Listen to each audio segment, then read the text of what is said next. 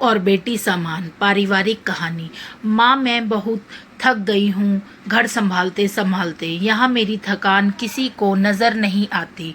कुछ दिन आराम करना चाहती हूँ। सोच रही हूँ कुछ दिनों के लिए अपने मायके आ जाऊँ। आते हुए अपने बच्चों को भी साथ ले आऊँगी। वे वहीं से स्कूल चले जाएंगे। आखिर एक ही शहर में ससुराल और मायका होने का कुछ तो फ़ायदा मिले। नर्मदा ने फ़ोन पर अपनी माँ से कहा।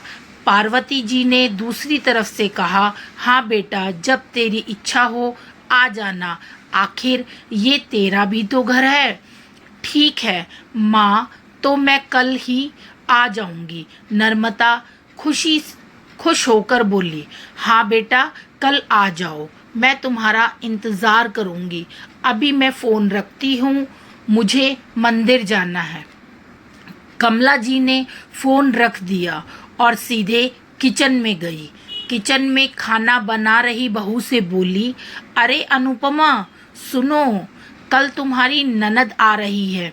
बाजार जाकर फल, सब्जियां और मिठाइयां लेकर आना। बेचारी मेरी बेटी ससुराल में नौकरों की तरह काम करती है और उस पर कोई ध्यान नहीं देता।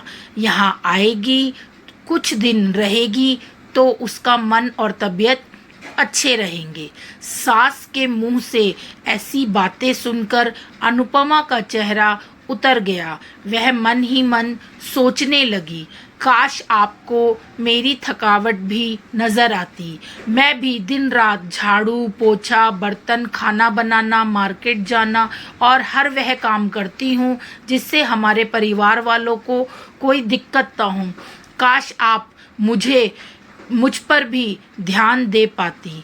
आपकी बेटी तो जब मन में आता है तब यहाँ आ जाती है, लेकिन मैं साल में एक बार ही अपनी माँ के पास जाती हूँ, तब भी आपको प्रॉब्लम होती है। मैं भी इंसान हूँ, मेरा भी मन है। मुझे भी लगता है अपने माँ के पास जाकर थोड़ा आराम करूँ, सुख दुख की दो चार बातें करूं, अपना मन हल्का करूं। भगवान, अब तुम ही कुछ करो ताकि मेरी सास की आंखें खुले और उसे मेरी थकावट भी नज़र आए। शाम तक भगवान ने जैसे अनुपमा की सुन ली और उसकी ननद का फ़ोन आया। ननद ने अपनी माँ से कहा कि उसकी सास ने उसे मायके आने के लिए मना कर दिया है, इसलिए इस बार वह नहीं आ सकती। पार्वती जी बोली, ऐसा कैसे मना कर दिया? पहले तो कभी वह तुम्हें आने के लिए नहीं रोकती थी, अब इस बार भला क्या हो गया? लाओ मेरी बात कराओ उनसे, मैं समझाती हूँ। नर्मदा ने फ़ोन अपनी सास के पास दिया। पार्वती जी ने कहा, नमस्कार समधन जी, आपसे कुछ कहना था। समधन जी ने कहा, कहिए। दरअसल नर्मदा कल त्योहार है, इसलिए अपने मायके आना चाहती है। अगर आप उसे भेज दें तो अच्छा रहेगा। नर्मदा की सास ने कहा, देखिए समधन जी, आपकी बेटी मायके जाकर रहे, इस बात के लिए हमने उसे कभी नहीं रोका और इस बात से हमें कोई प्रॉब्लम भी नहीं है। कुछ दिनों पहले मैं आपके अपने रिश्तेदार के शादी में गई थी। वहाँ आपकी बहू अनुपमा की माता जी ने मिलने का मौका मिला। उनसे गपशप करने के दौरान उनकी बातों से पता चला कि अनुपमा को साल में एक बार ही अपने मायके जाने को मिलता है और वह भी बहुत कम समय के लिए। मुझे लगता है आपको पहले अनुपमा को उसके मायके भेज देना चाहिए और वह जब मायके होकर आ जाएगी तो मैं नर्मदा को आपके पास भेज दूंगी।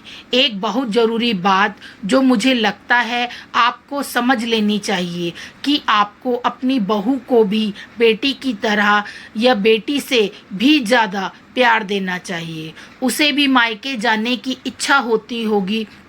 हो सकता है नर्मदा के वहाँ आने से उसकी आवभगत करने के लिए आप उसे उसके मायके नहीं भेजती होंगी, या फिर वह आपसे कुछ कहने से अभी डरती हो। अगर आप उसे घर में ही कैद रखेंगी तो एक दिन ऐसा आएगा कि वह आपके खिलाफ बोलने लगेगी, फिर वह आपकी सुनेगी भी नहीं और जब चाहे तब अपने मायके जाएगी। ऐसी स्थिति आए, इससे अच्छा है कि आप ही कुछ बदलाव अमल में ले आए जिससे आपका रिश्ता और रिश्ते की मिठास खराब ना हो। पार्वती जी को अपने समधन के हर एक शब्द में सच्चाई नजर आई। उन्हें महसूस हुआ कि उन्हें अपनी बेटी के प्यार में अंधे होकर कभी भी अपनी बहू के मन का विचार नहीं किया।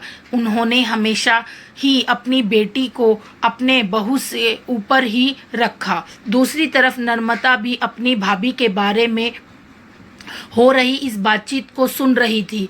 उसने भी रियलाइज किया कि वह कभी भी अपनी भाभी के साथ ठीक से बात नहीं करती और जब वह अपने मायके जाती है तो भाभी थोड़ी उदास रहती है।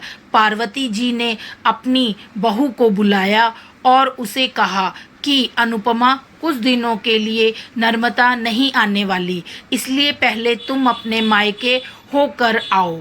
यह सुनते ही अनुपमा का चेहरा खिल गया क्योंकि यह पहली बार था जब उसकी सास ने सामने से उसे अपने मायके जाने के लिए कहा था।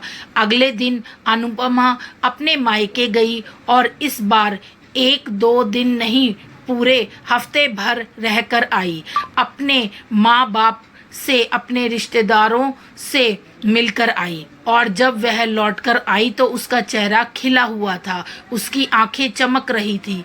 अनुपमा के आने के बाद नर्मदा भी अपने मायके आई और इस बार वो खुद सामने से अपनी भाभी से खुशी खुशी मिली और अच्छे से बात की। नर्मदा ने अपनी माँ से बात करके उन्हें भी अच्छे से समझने में मदद की कि वह कहीं ना कहीं अनुपमा के साथ गलत व्यवहार कर रहे थे। दूसरी तरफ अनुपमा अपने ससुराल वालों के बदले रवैये से बहुत खुश थी।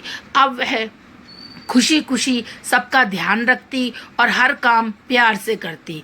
वह ध्यान रखती कि कोई भी ऐसी बात या काम ना करे जिससे घर में तनाव का माहौल पैदा हो।